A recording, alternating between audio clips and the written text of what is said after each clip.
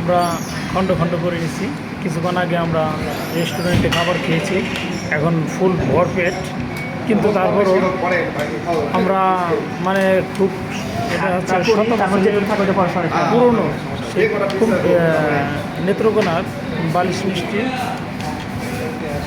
হঠাৎ করে মনে পড়লো, তো আমরা এই কুমিল্লার মধ্যে সেরা সেই বালিশ মিষ্টি আমরা খাবো। তাই এখানে আমাদের বড় ভাই আতিক ভাই উনি এই মিষ্টি টুকরা টুকরা করেছেন, মিষ্টি খাচ্ছি, দেখি আছে মিষ্টি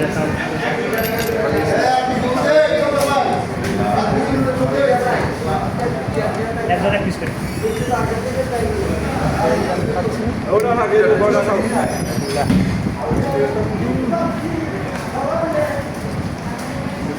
মিষ্টির মতো লাগে।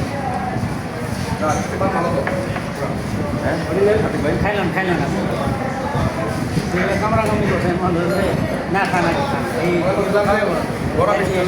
ভালো নাও লাগতে পারে খাওয়ালে ফ্রি না খাওয়া ফ্রি ওই যে ইয়ে থেকে একটা খেলে ফ্রি হয়নি। দেখেন কামড়াকামড়ি লেগে গেছে, দেখেন